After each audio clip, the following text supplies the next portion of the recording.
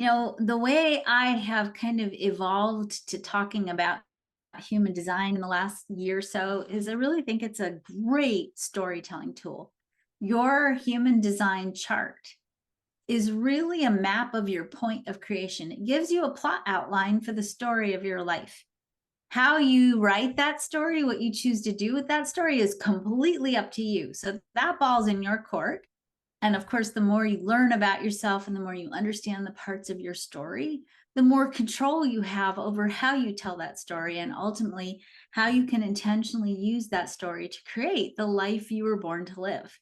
When we look at the chart as a storytelling tool, your type is kind of the main character in your story. This is sort of what your character is here to do, or who your character is here to be. The profile lines, and you have two lines in your profile. The profile lines are really the part of your chart that starts giving us insights into the characteristics of your main character. So what are some of the personality traits? What are some things that your main character needs? What are some quirks sometimes that your main character has? And how do we consciously work with those traits in order to give your main character a good, solid foundation? Because there's information in the profile lines that's really about making sure that you have what you need in order to feel stable and grounded and able to fulfill the role that your main character is going to be playing. So also a lot of conversation, and the way I teach this has changed a lot in the last few years.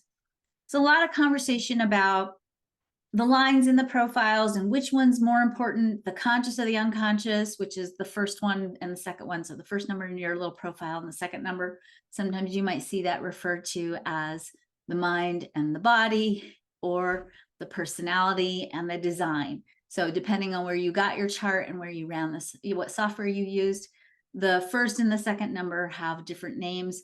And people oftentimes want to know. And as I said, I used to teach this way that, you really need to have the unconscious line or the second number stabilized and fulfilled in order to express the first number. I actually don't teach it that way anymore.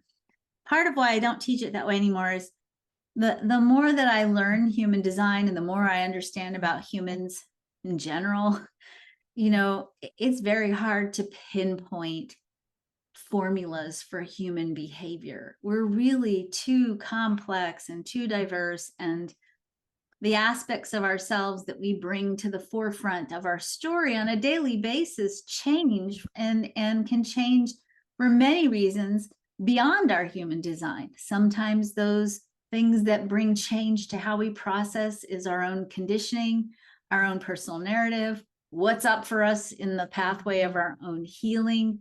Sometimes we have life experiences that make us more tied to certain pieces of our chart. Sometimes we're going through cycles. I think there are, of course, our regular life cycles and the cycles of maturity that sometimes bring things up for us to look at. And then there are other things that happen in our lives sometimes too. Like, for example, as we mature, hopefully, not hopefully, but hopefully this happens in a later stage in your life.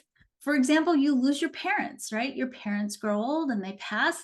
That brings up a whole bunch of stuff, right? That's a big life cycle. That process of redefining who you are without your parents anymore oftentimes brings up, especially as you go through your parents' stuff, right?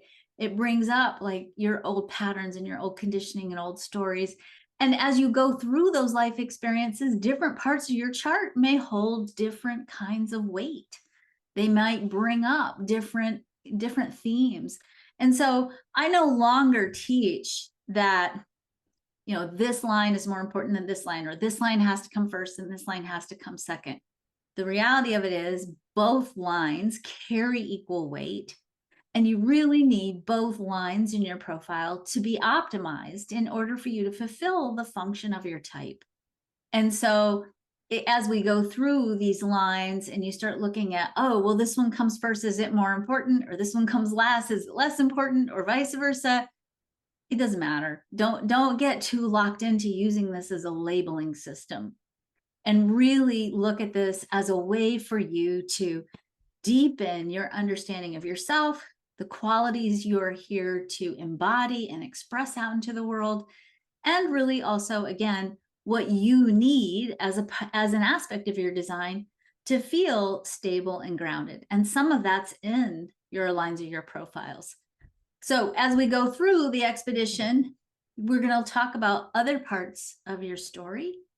And so some of those other parts, or if you're just learning human design, or you're learning to do human design professionally, the centers, which is really usually the next layer in the story that we look at, the centers start to unpack through the story of our life, are what I like to call our sacred flaws, those parts of ourselves that we have to learn about, that we have to sometimes, mature, that we sometimes have to explore and elevate as part of our life journey, and as part of learning to become a fuller, richer, deeper expression of who we are. The gates and channels are also part of that sacred flaw. They show us those places where we sometimes have to push against ourselves, in addition to sometimes learning in our relationships, in order for us to mature and evolve the story we're living in.